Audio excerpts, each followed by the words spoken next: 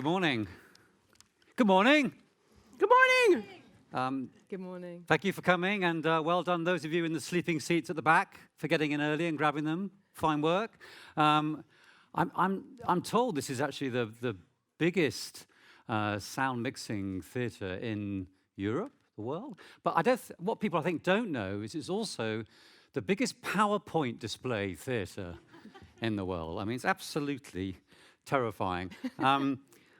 As Kate said, DPP is a business network for the media industry, and that range of member companies we have goes from tiny little digital agencies in production all the way through to those giants we've just been hearing about, so Apple, Google, Amazon, Microsoft, and so forth. And the great thing about working with that kind of range of companies is that it enables us to undertake some pretty powerful research and insight. And that recently included a report last year called The Production Business, which took a look at how production companies really do work today.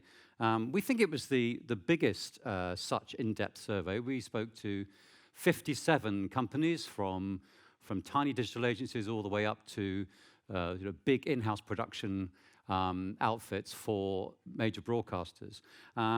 And we learned a lot of things about the way that they work today. But in part, what we were trying to do was to chart their journey in the next great revolution in the means of production, which I think is the fourth revolution. By that I mean the first was the move from film to videotape. The second was the move from linear to non-linear. The third was the move from tape to file.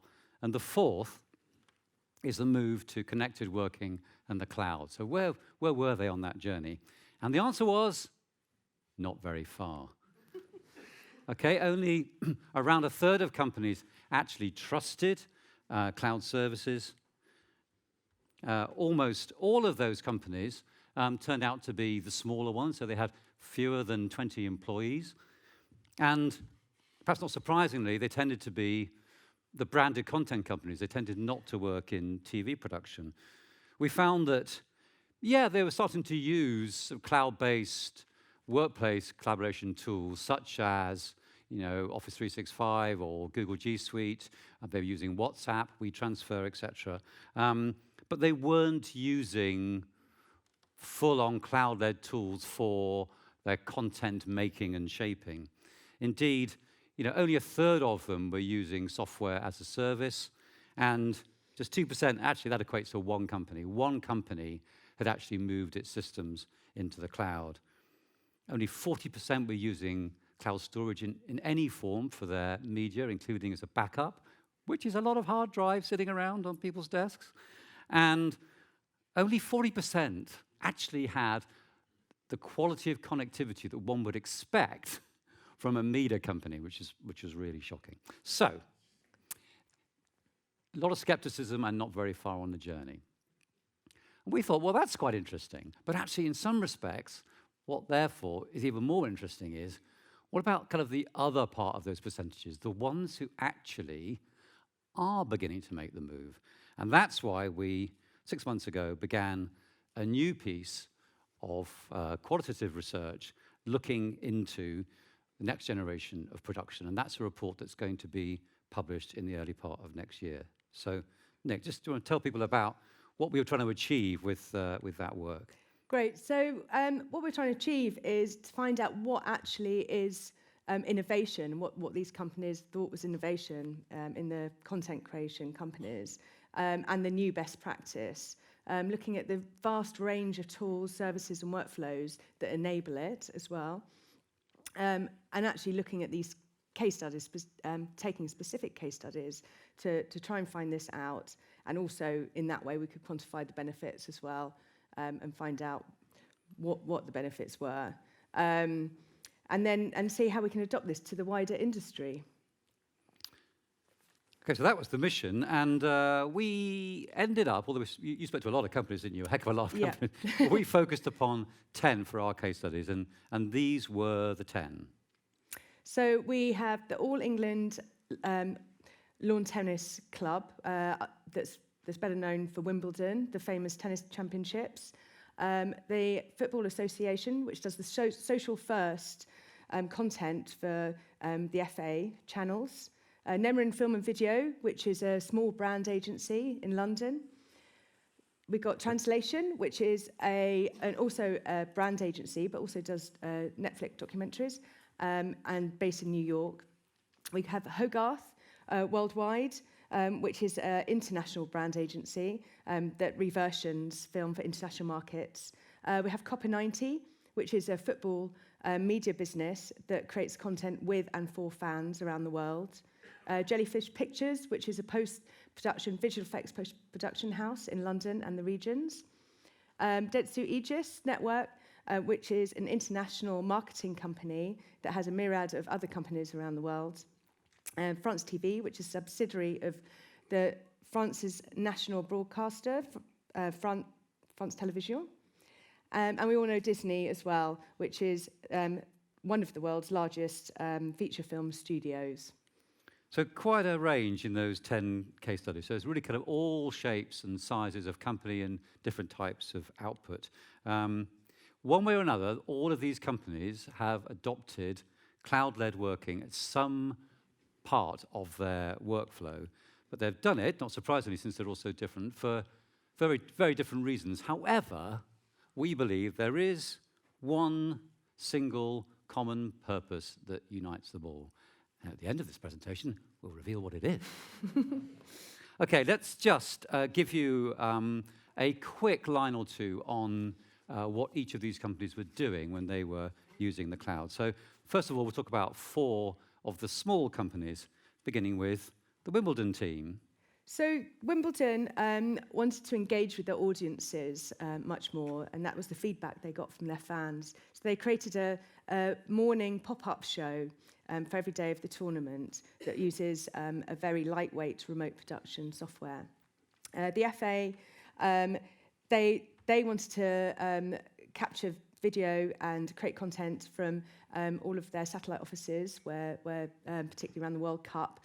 So they created an archive backup system where they could connect to their media at any point, anywhere in the world. Nemerin is the small company, and they so they're a big impact with a massive range in content. They wanted to try and use production planning to create something much more efficient in the way that they worked. Translation, they didn't want to have an IT in-house at all. And again, they wanted to create a more efficient workflow. So they put their entire production in the cloud. That includes putting media up right from the cloud. Right from location, from the beginning. And then we had 3 medium-sized companies. There was Hogarth, which also has a subsidiary called Gramercy Park, which is a post-production company. So Hogarth create branded content all around the world, and they create lots of international versions. So they created a metadata-rich AI software that attached metadata right at the beginning of when they captured media. Copper 90, we spoke about. Do people know Copper 90, by the way? A few hands going up, yeah. Yeah, Copper 90, yes.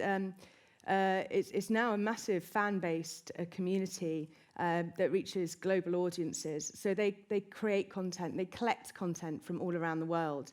So they can't really exist without having a cloud infrastructure. Jellyfish Pictures wanted to have security and being able to have nothing on premise at all. So they put all of their production in the cloud.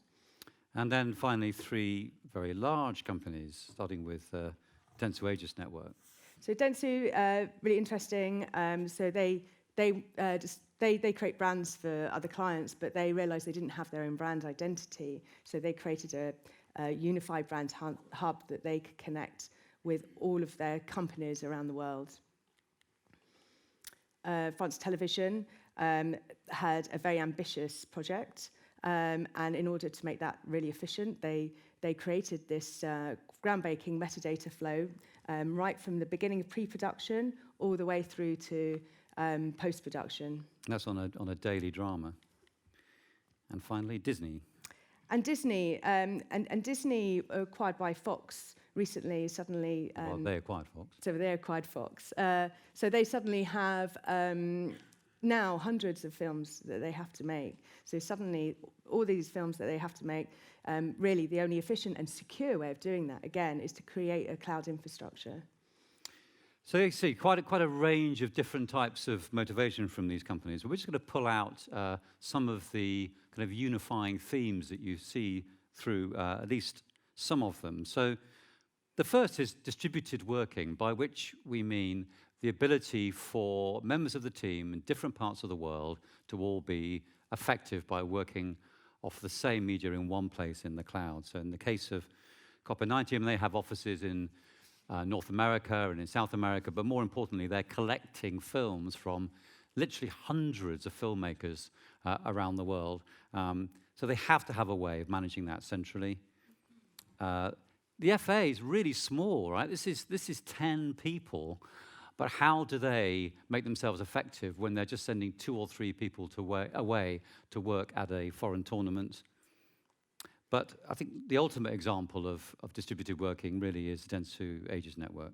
So Dentsu, really interestingly, they worked very closely with Adobe and Microsoft.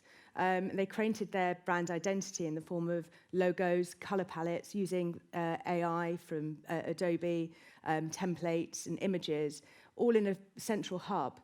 And then this integrated with Word and PowerPoint. So all around the world, all of their 47,000 people that in the company could then access this hub and be very quick and pull it into their work in PowerPoint or in their video editing software.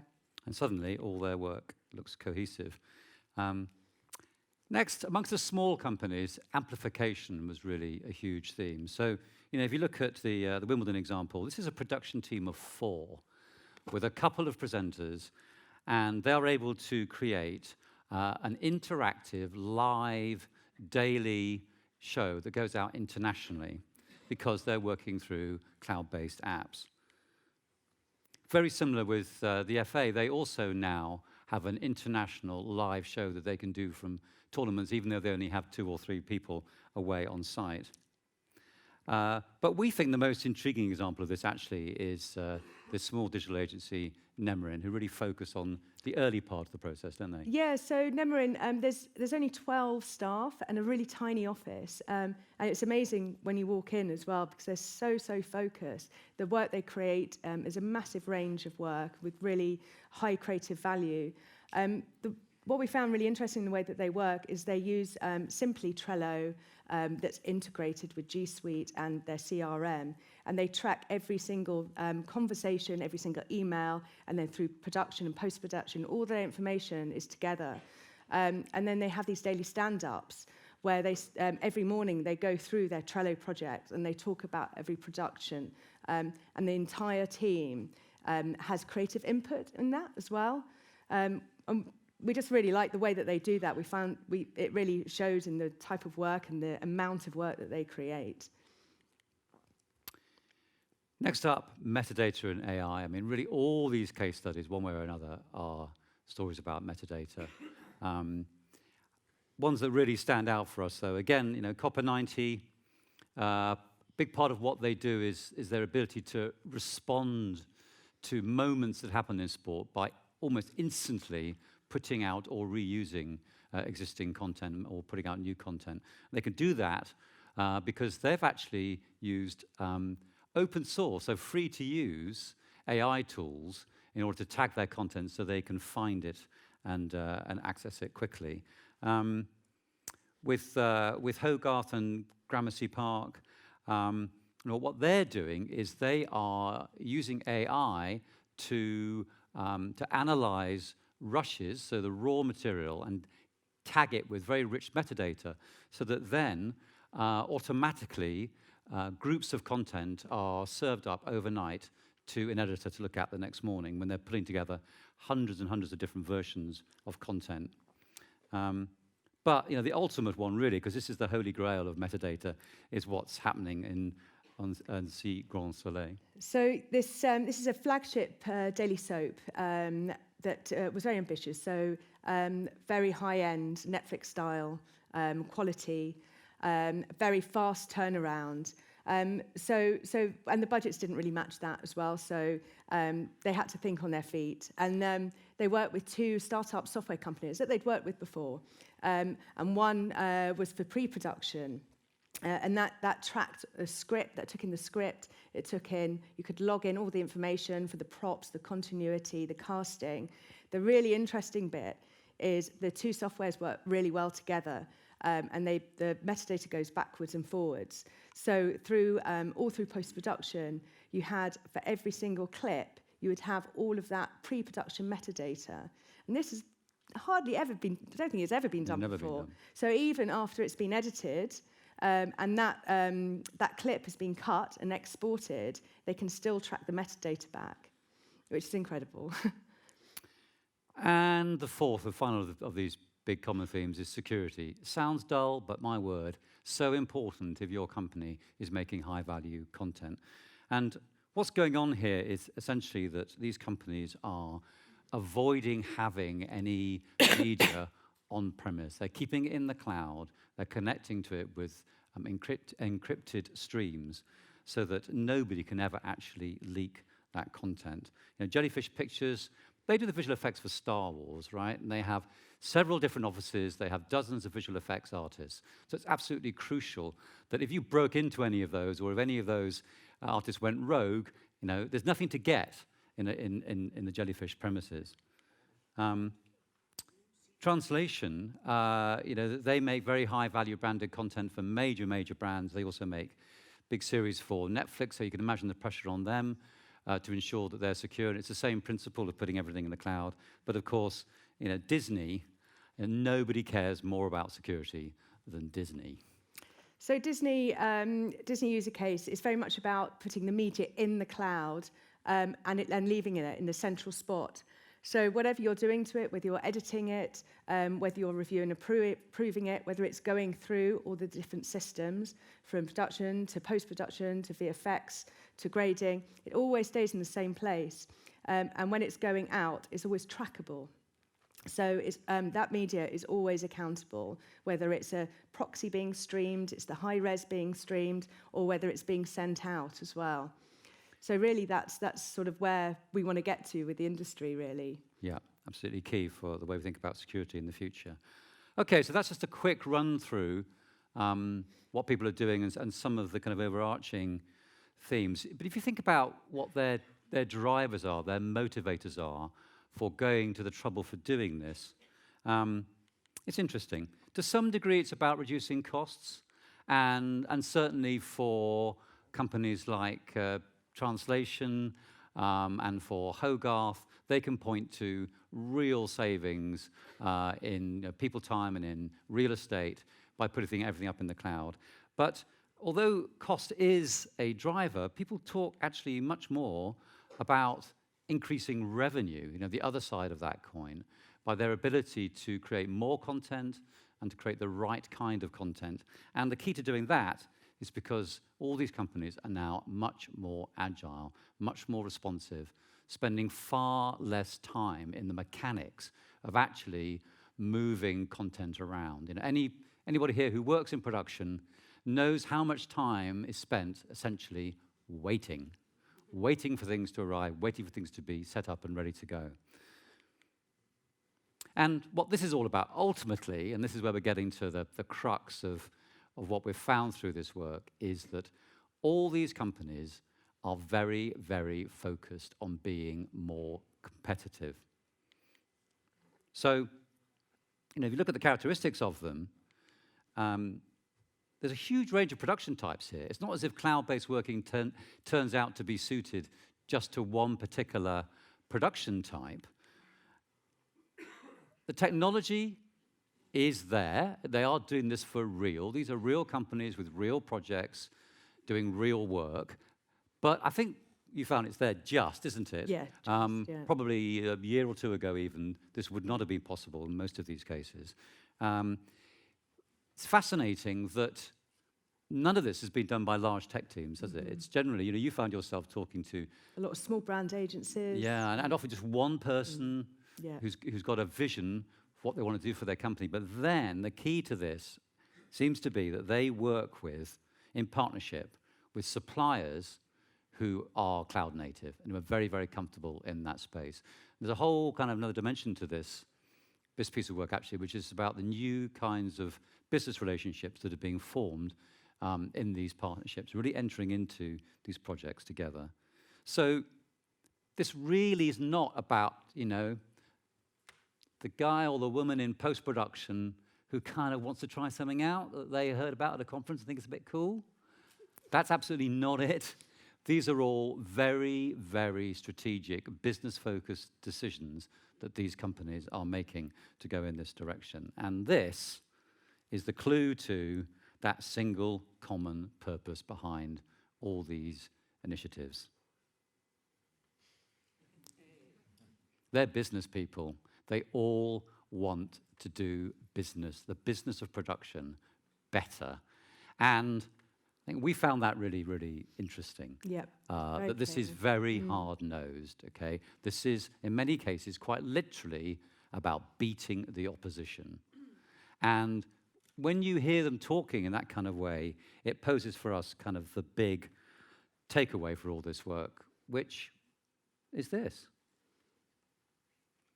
In the past, in production, whether or not you want to innovate, frankly, and I come from production, frankly, it's been kind of optional, right? If you do great work, people who commission your work will put up with a lot, as long as they get the film from you in the end. But we could now actually be getting to a place where demand for content that is kind of made to order and made appropriately and quickly is so great that if you're running a production company that cannot do business effectively, you will go out of business in the face of more and more companies that are like this. There we go. Thank you very much. Great. Okay, have a seat. Very interesting. So let me ask you the hard question first, Mark. That was really interesting about how, and Nick as well, about how you looked at these different companies, they were doing things really differently, and then you came to this conclusion, as you say, the sort of the hard-nosed business conclusion. So if that is true, Mark, why aren't more companies doing it? Well, that is, of course, a great question. So I think the kind answer is, as Nick found, this is quite new. It's not well known about. There's a the amount of understanding about what's possible is really varied. So people can be forgiven for not knowing some of this stuff is available to them, or that there are suppliers out there that would be well suited to working with them. I think that's part of the story. But a lot of it is about culture. When we did that big piece of work in 2018, we were quite shocked, to be honest, particularly amongst, if you like, well-established television independent production companies, at the extent to which they were really working the same way they'd been working 10 years ago or 15 years ago. A kind of lifestyle choice, just looking for another commission. And that's really all they were thinking. I can see legacy companies doing that, because Nick, they've been doing it that way for years. Yeah. But how about newer companies? Copa 90 isn't that old. No, so interesting as well when, obviously I talked to a lot more than 10 companies, and a lot of them didn't make the case studies for obvious reasons. Obviously, because they weren't doing a good enough job. Yeah. Okay. And where, the lack of what people thought innovation was. And I think it was one of the main things that kept coming up with people about why they weren't going to the cloud, or why they weren't utilizing new tools. It's a mindset thing. There's still a lot of people scared about security, particularly. I think that's still one of the major. Still the most Okay, so common. security is a big thing. That's it, and I get that. But isn't it also about legacy kit? They've got all this stuff. Yeah. They've been doing it this way. Yeah. They know it works. So for the bigger companies, legacy kit is a problem, particularly if they've just invested in hundreds of £1,000s in this new server and new edit suites. But there's still parts of the workflow that can go up. So a lot of bigger companies are now just moving a smaller part of the company, like France TV, just using a new production, Un Grand Soleil. So they're pioneering it with that. But in a way, it's like you were saying, they were able to do that because it was a new production. Yes. Yeah. They were able to use new tools. They probably had a team that maybe hadn't, maybe it was a younger team. Who knows? Yeah. I mean, there was a kind of a different mindset. There is correct? a different mindset, but I think the key is start as if you're a bigger company, starting it on smaller projects. Sort of like a skunk works Or project. or even distribution. So some of the case studies are about distribution. So it's about how you're distributing your content, and if that's done via the cloud, that's actually quite a nice. I mean, even a giant like Disney, they know where they're going with this, which is Nick said, is to basically put everything into the cloud. Yeah. But But they started small. But first off, what they're doing is they're working on their content for marketing and their reversioning of finished movies and so forth. They're not putting the whole of movie production into the cloud just yet because they need to build their confidence around. Which brings whole up process. this whole idea of risk assessment, right? Yeah. I mean, if you're a little company, there's a lot of risk in sort of changing horses, Yeah. For a Disney, I assume that was easier for them to take the risk or not? Or not? I don't think it is actually. No. I think Disney it's quite a big deal. Actually. It was a big deal, okay. Yeah, it's a big deal. Partly because actually risk factor as well in this taking things slowly respect is what Mark was talking about a bit was the creativity. So, for example, the editors, some of the top editors in the world working on a lot of the Disney films, and for them to suddenly shift to a different tool set or to a different way of working is quite a big issue. So they're starting first by allowing them to edit in exactly the same way as they have ever done. And then that will slowly shift once they start to see the benefits of their media being transcoded straight away, of it being categorized very quickly through AI. All of these benefits. A really great example of this actually is at France Télévisions, where although they are successfully inputting and tracking metadata through the whole process from planning to the completion of the edit, they are having to re-input the whole script because the script writers won't accept working in different software from what they're used to. Right. Okay? So, and they haven't been persuaded to change yet. So a team of people have to literally rekey the whole script into the right kind of software in order to kick off this entire That process. sounds like the old days when I started in journalism and you had copy takers and you'd Right. have a story and you'd call up the desk. You'd say, Right. could I have a copy taker? And you'd literally read your Exactly. script and somebody would type it in. My Yeah, goodness. yeah. Well, okay, that's a work practice thing, right? Right. And that's a culture thing. Yeah. In a way, you almost need champions. So let me ask you about that. When you went and interviewed these people, did you find that there was a champion inside of the group who was willing to take the risk, willing to move the needle? Yes. Or I mean, how did, yeah. So from the ones that we talked to, it was actually the technology leaders that seemed to be the ones who really could see where they were going with Well, that's it. good to hear. And I think I think it's their job really is to like translation. The movement of them to the cloud is incredibly fastest than we've seen anyone. And even the suppliers are like, yeah, it's this is just incrable. How So the tech people inside of these companies were the pioneers. Yeah. They hired a guy, absolutely. basically they hired a guy to do it for them, Uh-huh. who'd come from a bigger entity. And one person's made it happen. One person can make a yeah, big difference. But then also his Or her.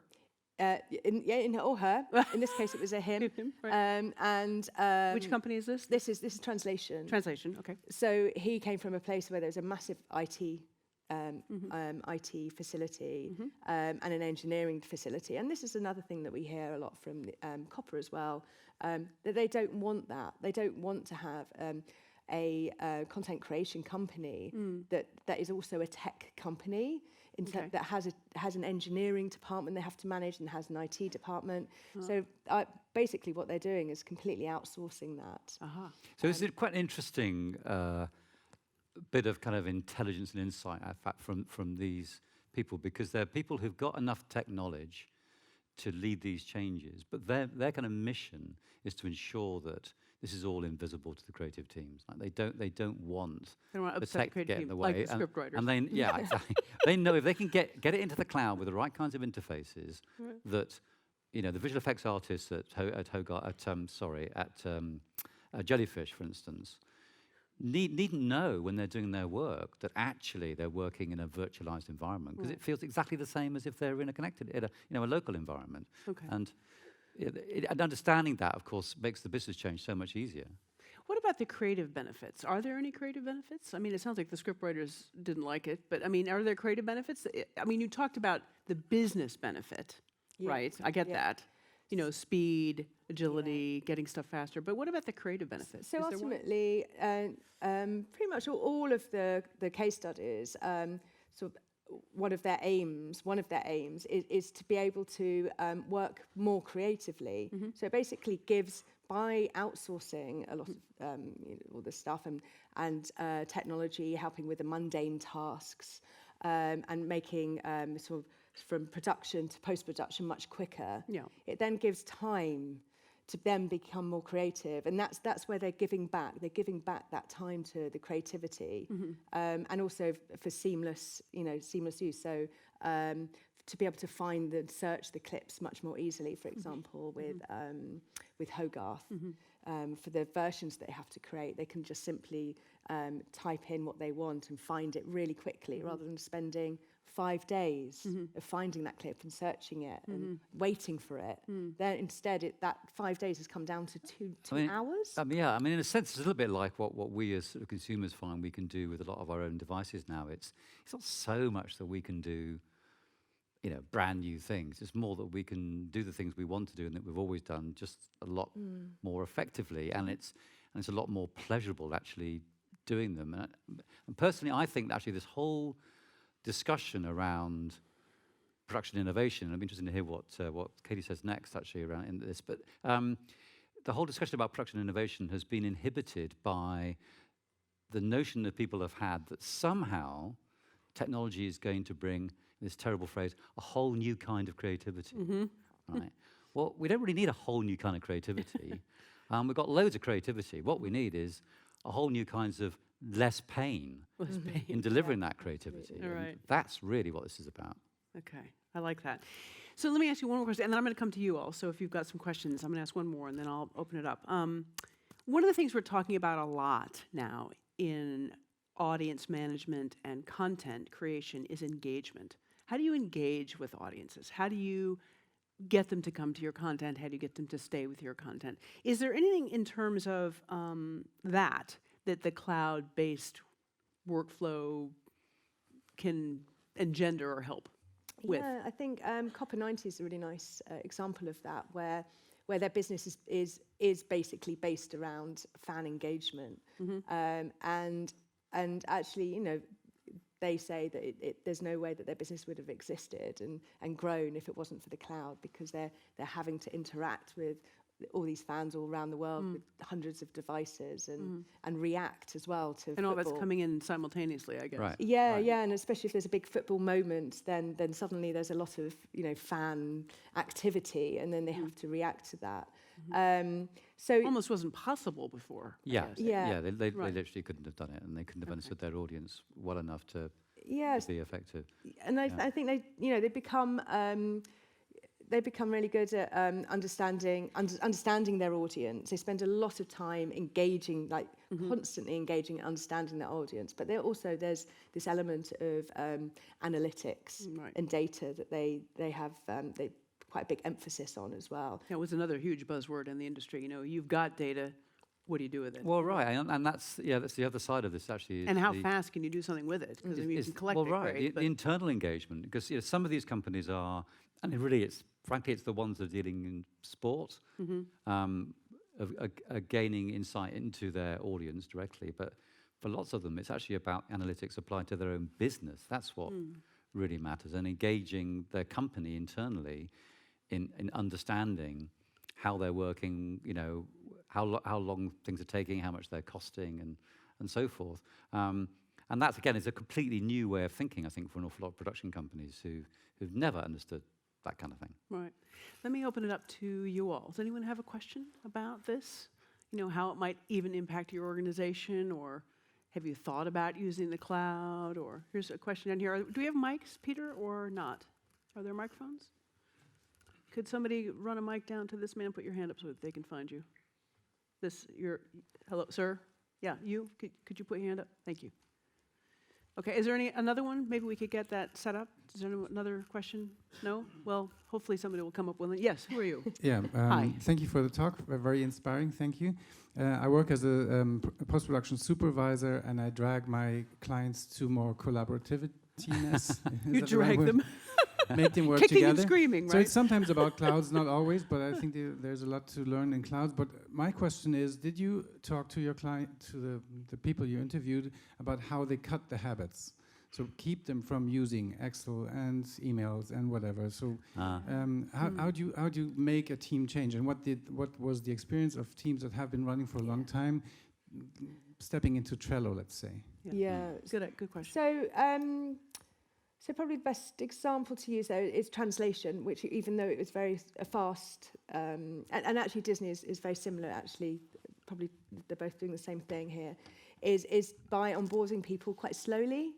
And it is about having those champions as well. But once they've got used to one piece, then they add on another bit. And then once they've got used to that, then you add on the other bit as well. It's bit by bit. And I think really that's the only way that you can do it in any team, actually. And I know that from experience as well. Yeah. I mean, I've done a lot of business change over the years because I'm so damn old. And around sort of production and technology and so forth, and in the end, you've got to have an autocrat. You've got to have somebody who goes, "Okay, folks, we try this out, but on this day, all those things that you were using cannot be used anymore, and ideally, you actually disable them." And I've seen organisations really struggle to go paperless, for instance, And while it's being requested, particularly of senior people, of executives, will you please start using your company iPad instead of printing everything off? It's like, yeah. It only works the day that the CEO or the chair of the board goes, from this day, every single board meeting is going to be through iPads, and we've got this app now, and that's how your papers are going to be delivered to you. And if you print them off, basically you can't come in. And that's how you do it. Ultimately, that's always how you do it. And a lot of these companies, particularly the smaller ones, of course, they're in that position, aren't they? Where and they're small enough, the boss just says we're doing it this way. Yeah, but I think actually Disney, the other day we were talking about this, and they had 2 edit suites, and one they had the on-premise edit suite, Avid, and the other one was in the cloud, and it looked exactly the same. So they did that. Yeah, they did clever. the test. And So they have 2 teams doing the same thing at the same time, or? Yeah. So they got the editor to go in one room and edit, and then go into the other room and edit the same thing. Right. And he couldn't tell the difference. And to see if he knew which one was that's one in the Like cloud. a blind tasting, isn't Blind it? taste. Yeah, and he didn't. He Perfect. couldn't tell the difference. So he or she. So yeah, couldn't tell the difference, which is amazing. But the technology has only just got there for that low latency editing from the cloud. So champions or autocrats, as you say. Another question? There's one there. Any from this side of the room? No? They're not awake yet. Yes, go ahead, sir. Hello. I've got a background in production as well, working on live shows, trying to bring new tech to live shows, normally stealing it from sport because they have the money. In the last couple of years, I've been doing some work with some of the big production companies, and I probably shouldn't name them, but they're big international ones that do a lot of format work, and they have 20, 30 companies around the world in different territories. You probably know who they could be that I'm I talking wonder who about. they could be. Endemol Shine, And Banijay, I've tried Fremantle. doing some of this stuff as a consultant, some of these companies, and my goodness, you are not only swimming against the tide, but you are swimming in treacle. And I've brought in software-enabled production on various levels, and cloud working, and I'd started going tapeless on some of them 15 years ago. And it's interesting what you say about needing the autocrat. The problem with some of these, what I would call big production or dinosaur production companies, is that the top end of management don't actually know how to make the programs. Yeah. You have a problem also of the freelance culture. So you crew up for a program. Right. People are not employed until a week before the show starts. you've got no chance to put any change management into the beginning. Yeah. And they come in going, oh, I haven't got time to change it. This is how I do it. Yeah. And this is the Yeah. exec and the producers. This is how I normally do it. I can't possibly learn new software That is now. a really good So question. the It is a good freelance culture is a problem. Yeah. So I just wonder what your opinions are on that. And then the other thing is the channels, the dinosaur old TV, big TV channels where a commissioner says, I want this exec producer and I want that director. Right. Then you have to inherit everything that comes with them, whether or not they're change resistant or change welcoming of change. And so in a way, the old parts of the media have got these structural problems that are really going to inhibit the Yeah. change, I Yeah. think. Well, look, can I just request that everybody else just basically take a nap, and we'll talk about this for about 4 hours. Okay? But obviously, I recognise what you mean.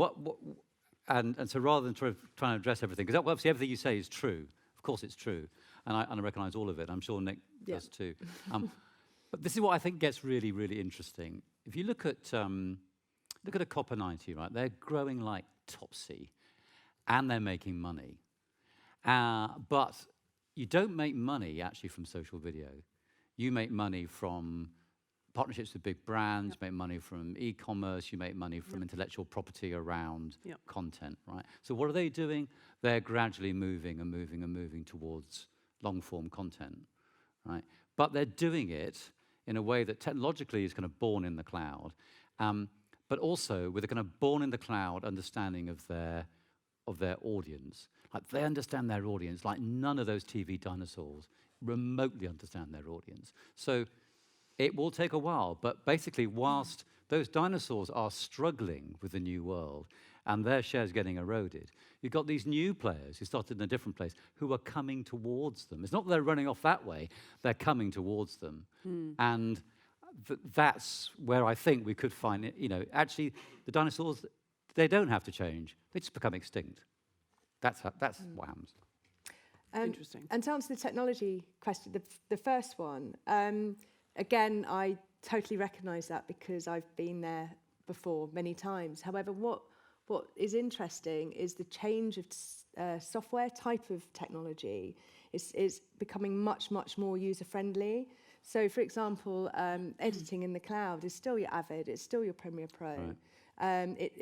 It just sits in the cloud. And also, security-wise, people are moving towards a single sign-on as well, Right. which then, you as a freelancer, you have a code. You log in, and so you're tracked as well. And all you do is log in, and then you're there set. And any softwares they all seem to be so much more user friendly. That's a really great point, actually, as well that they were even 3-4 years ago, I would say. And I think as a consultant, I think it's part of the work you do is to try and find these really user-friendly software companies who also work with you. Yeah. And that's something that's come across with all of these case studies is about partnering up with these software companies. So it's you're not just buying their software, you're working with them. And that's a way to get around the freelance problem too, because as he says, there's no time for change management. But if you're giving them basically the same tools on a different platform, right, in a different environment, With a simple login, with a simple that works. And the thing, maybe that's a good thing to end on, is sort of the partnership bit, because that is something sort of new. I mean, sort of really seeing them as not just, that's a supplier and we'll change suppliers next week because it's all price-based. Yeah. It's more of that there's a partnership has to develop because they're helping transform Yes, the way of working. Yeah? Yeah. It's interesting, you mentioned a lot of tools. I mean, you mentioned there were a lot of different company names up there, right? Yeah. Did you find any cohesion with that? I mean, in other words, were all these new companies, were there just a couple of big ones like the Avids and stuff that were kind of moving in the direction? I mean, what's going on in that, the tool part of the equation? Yeah, it's quite interesting. There's definitely some elements that kept, a few of them have got very similar cloud sort of scenarios that are very simple to put in, like the one the translation has. It sort of almost comes as a package that's very, very easy. And that's why he was sold on that. It was just a no-brainer. And I was thinking, yep, absolutely. Why wouldn't you do that? It's so easy and so simple, and the benefits are so obvious. It's having these packages. There's a lot of the brands use Premiere. A lot of the long form use Avid, and I think that's always been the case, and that always will be the case.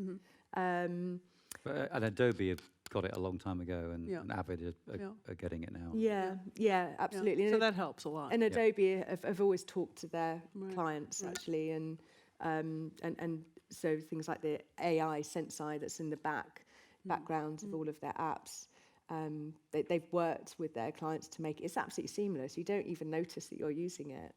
It's really interesting work. Thank you very much for presenting it. And the case study stuff that you talked about today, that's really news. I mean, in the sense that this is really interesting stuff, these case studies that you presented, and how different companies are embracing or not embracing as much this technology. So I think that was a great window on how this is all working for us to get. So could you please join me in thanking Nic Kemp and Mark Harrison? Thank you. Thank you. Thank you.